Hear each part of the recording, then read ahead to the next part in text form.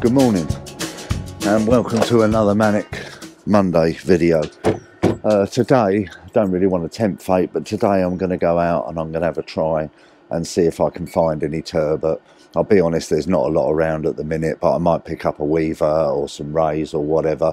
But I'm going to go out, not too far, just inshore and try a few banks. Right, it's 7:15. I'm going to get myself round into the lock, get the 7:30 lock. I think it's low water about 7 o'clock, so by the time I get out the lock and blip out about 12-15 mile, it should be flooding. So hopefully it's quite a big tide, which is what the turbot like. I'm going to try these new rigs, which I'll show you on a ferry that I've got, and we'll just have a go. Okay, so I've just got the little one and my bestie in their life jackets, got mine on too. I don't know if you can see there, that ledge there, how low it is. So we're right on low water now, so hopefully time I get out, lock gate's just opening, so time I get out I'm hoping it should be flooding.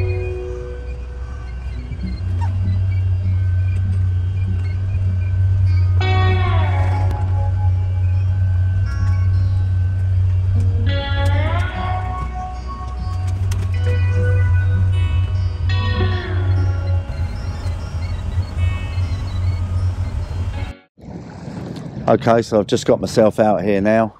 It is quite windy out here again. The weather app's not fantastic.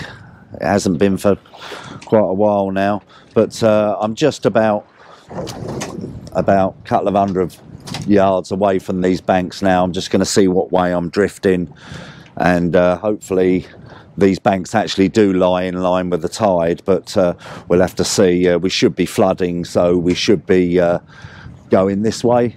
So hopefully I'll run right up alongside them. At the minute it doesn't look like we're doing that because the wind's pushing us, but we'll have a go anyway. As I said, this is some nice ground here, so I might pick up anything. You know, I'd love to get a turbot or a brill off of here, but I'll be honest, there's gurnards here, weaver, and you know, I might pick up a ray or whatever. But I've got some frozen mackerel. I'm going to show you how I prepare that.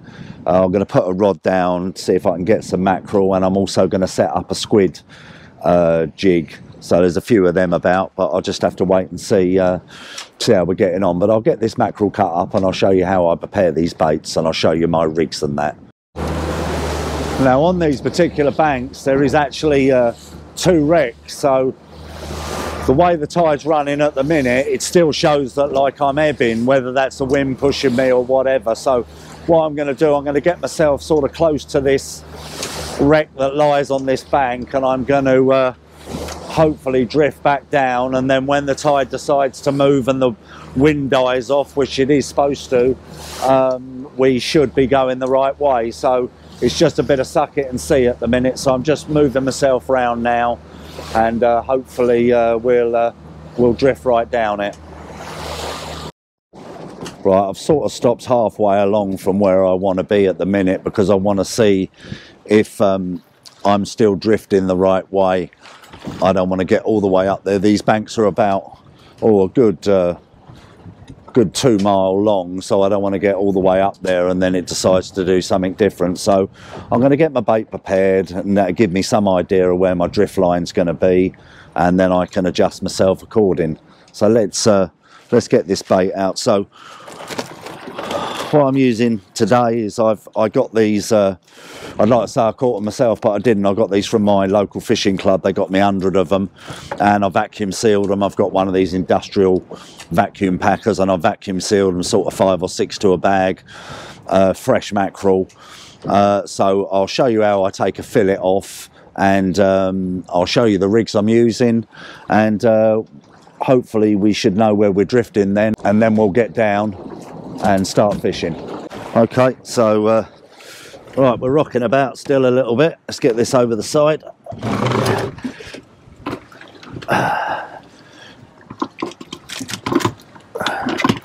All right, let's get my knife out. All right, so let's get a nice big one out. Oh, they're still frozen. I didn't want to take them out the night before because they do tend to get a bit mushy, fresh mackerel. But anyway, so what I do is I go in from the under the fin and try and go along the backbone right to the end. And what I'm trying to achieve, let's try and turn this round so you can see this. What I'm trying to achieve is to try and keep the fillet onto the tail. There's like a sinew at the end of the tail that's quite, it's like a bone, so I'm going to go right through that tail. Can you see that? So I've gone there, so I've left that bit on there, and that's quite hard, that. And then what I'm going to do is I'm going to cut these baits. I want them quite long, but I'm going to cut them down into sort of about 3 baits off of each side. So that's roughly what I'm looking for, these sort of baits like this. So there's 3 there like that. Right, now let's get my rig down. Yeah, we're hardly drifting at all, which is very disappointing, but there you go. Right, let's get my rod down. Now what I'm going to use today, I'm going to use a 12 to 20 Kenzaki. I use these all the time for wrecking and things like that. It's loaded with 30-pound braid. I've got a Penn Fathom 15 on, and this is this rig that I'm going to show you. The hook is nothing special. I'll be honest with you, I use whatever I've got to hand, but it's a 4.0, and I'll be honest, that's a Cox and Roll meat hook. What I've done with this rig, I'm no sort of turbot expert, but I've sort of done a little bit of research. So I've got about 18 inches of 50-pound fluorocarbon on there with a swivel, and I've got like a 50-gram Dexter wedge. My thinking is that these fish, these turbot, they lay tight to the bottom, and they're sort of waiting on the end of the bank to grab whatever's coming through. So I'm hoping this is going to pin me down just enough to keep the bait on the ground. And then I've got about 4 foot of trace, so I've probably got about just over 5 foot, I suppose, of trace. On this particular rod, I've got like a homemade French boom. I think I showed you this in a previous video, and I'm going to put an 8-ounce weight on there. That's just got a snap swivel down to this. I think I'm going to use this this shinier strip first. So literally I'm just going to go in through that quite tough sinew bit on the tail once, and then just lip it over again like that. So that's all I'm doing, just like that. So let's have a look where we're drifting. Oh, we are sort of drifting, but we're not drifting very fast. But right, and what I intend on doing is I intend on trying to bounce this out as far away from the boat as I can, so I get it quite a way away from the boat. So let's get this one down. Okay, looks like we're where I want to be. So I'm going to just flick it a little bit.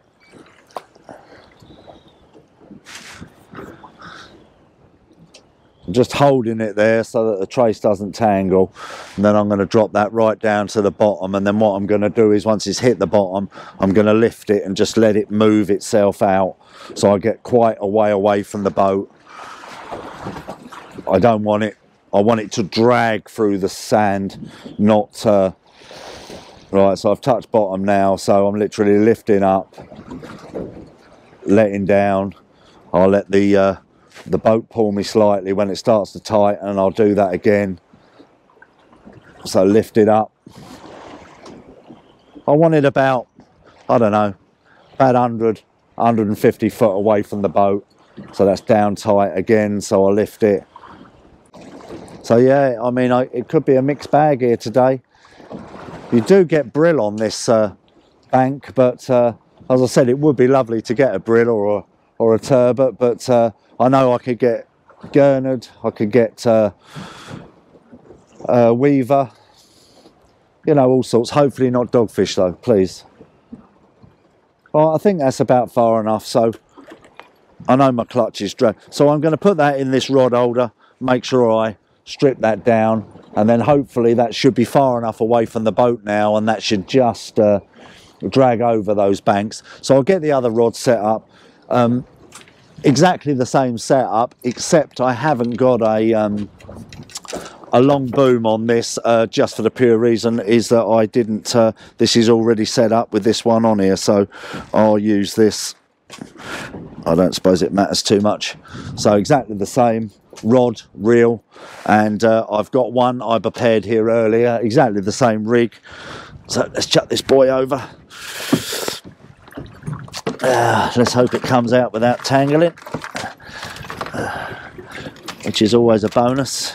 Right, yeah, there. So there's the rig, exactly the same again, about 4 foot of trace, cheap Dexter wedge, 50-gram wedge, and I've taken the trebles off of that, and 4/0 Cox and Rule hook. So what I'll do is I'll bait it exactly the same. So literally, I'm just going to go through that once. That's it. That's the bait. I'm going to put my other rod down. I'm going to set up a little squig jig that I want to try and just have a play. I've got a bite on that rod there. So let's have a look, see what's going on here. But what I've been told to do with turbot is to give them line. Don't strike them straight away. Give them a bit of line. And then if you do hook into them, keep the pressure on, because their mouths are so brittle. So I've given that a little bit of line. Let's just see what's going on now. So I'm not going to strike, because they've got such soft mouths, you know, you'll rip their mouth off. So hopefully, I don't know what it'll be, if anything. And I'm just going to literally, if it does knock again, I'm going to just wind into it and then just keep the tension on. So you could pick up anything on here. Could be raised, could be gurnard.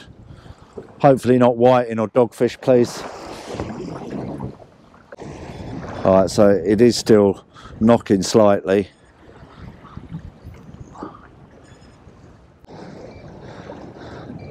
Yeah, so I'm going to wind in on that. So let's see. Just trying to keep the tension on, because I don't want, if it is a turbot. Alright, it's giving a little bit of a fight now, which is nice.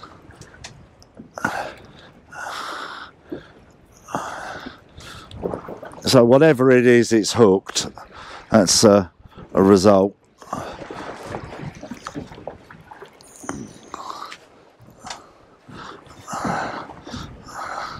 I just keep the tension on, because as I said, their mouths do rip, but I'm not 100% sure what I've got here. Feels quite heavy, but let's have a look. So I'm on the leader now. Oh, well, it's a weaver, so I know I'm in the right ground here. So when you catch I've got to be very careful when you touch these. When you catch a weaver, you know you're actually on the turbot ground. So let me just get a rag and I'll show you this fish. Now I'm going to be very careful with this, because I stung myself and it just nipped me then. So that's a weaver. Oh, come out of the way.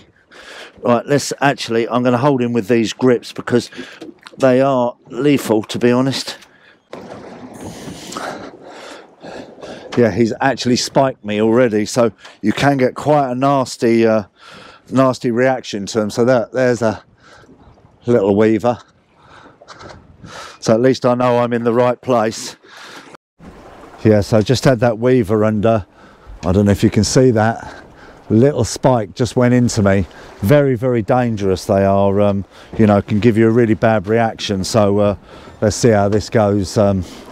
Yeah, quite painful, I'll be honest. So I think hold them with a cloth, and then I'm just going to hold them with them boga grips if I get any more. But let's see how we get on. I might have something on that other rod now.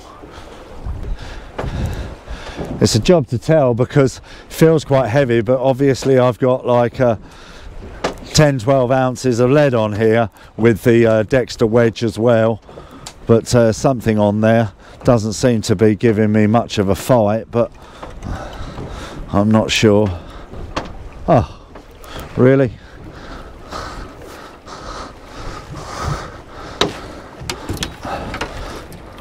That's one of the target species I didn't want to get today, but there you go. Little dogfish. Wouldn't be the same without them.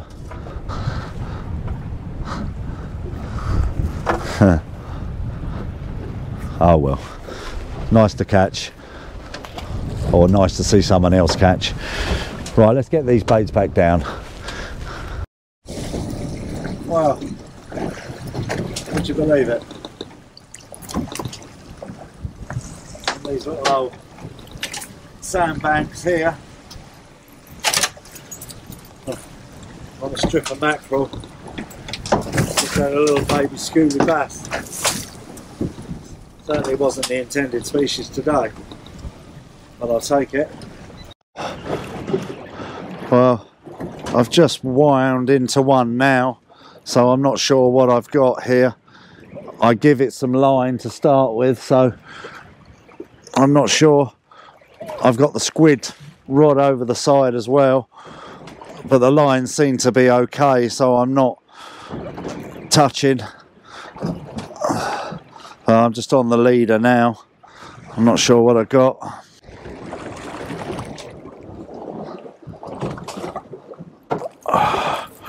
Right, I've got another weaver, so I'm going to make sure I'm extremely careful with this time, because I've just literally got the sting off of me from the last one, so I'm going to be really careful with this. So I'm going to switch the camera off and try and get this off as quick as I can.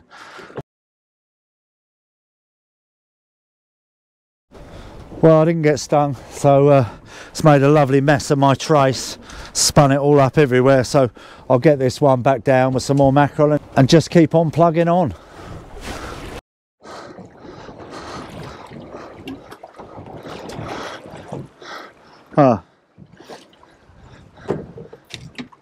Just had a lovely only a little baby, but lovely looking little tubbed gurnard. Beautiful looking fish. Look how beautiful that is. Get some photos of that little one. Chicken of the sea they call it. Not that I ever eat them, but wow, just getting an inquiry on this rod, so I've given it a little bit of line. Just need it just to bounce again a little bit, and then I'll wind into it. So I'll just give it a little nod. I've definitely got something on, but what it is I don't know. Not a lot of head shaking going on. Oh dear, oh dear. Oh well. Well, every boat's got to have one. That's my second.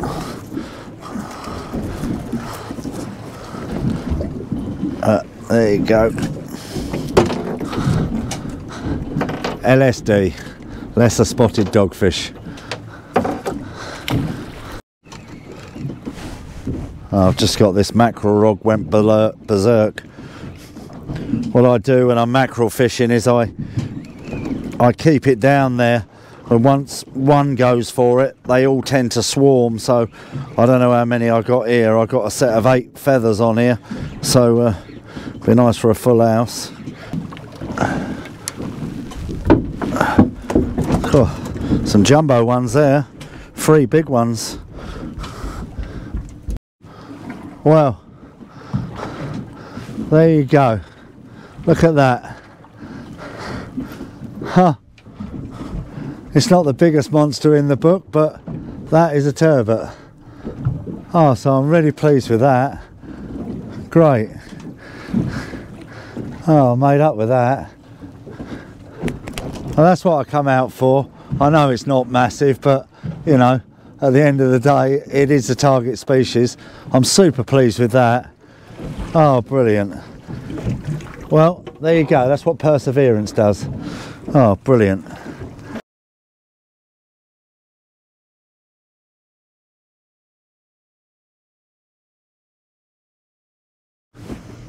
Well, I just had that little turbot, but that's all it takes sometimes, a little confidence boost. You know, your whole head starts to go down a bit, you start doubting what you're doing. I mean, I knew there wasn't going to be loads out here because the ground's absolutely slaughtered, but oh, I'm absolutely made up.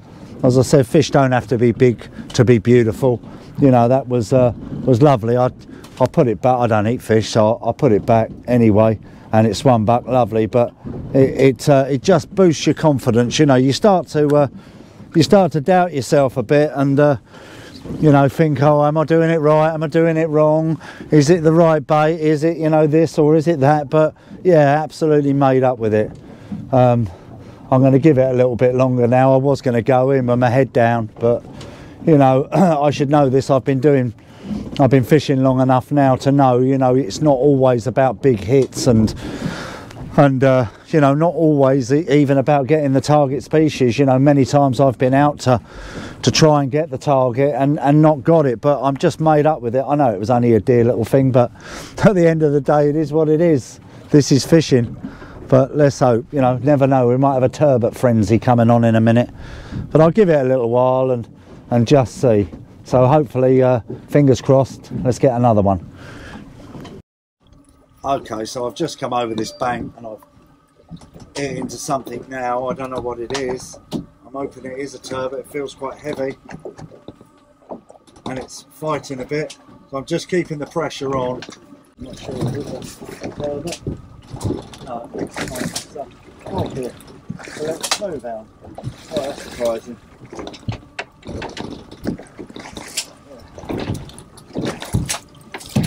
Oh, he's flashing about. Yeah, a little smooth hound. So quite nice, lipped hooked. Right, let's get him off.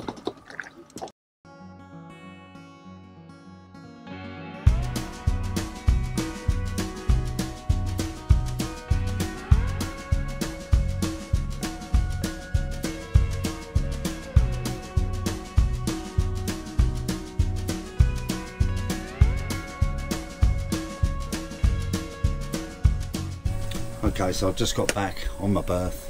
So yeah, quite a successful day in the end. I got the target species. Had a few weavers, quite nice size. Got stung by a weaver.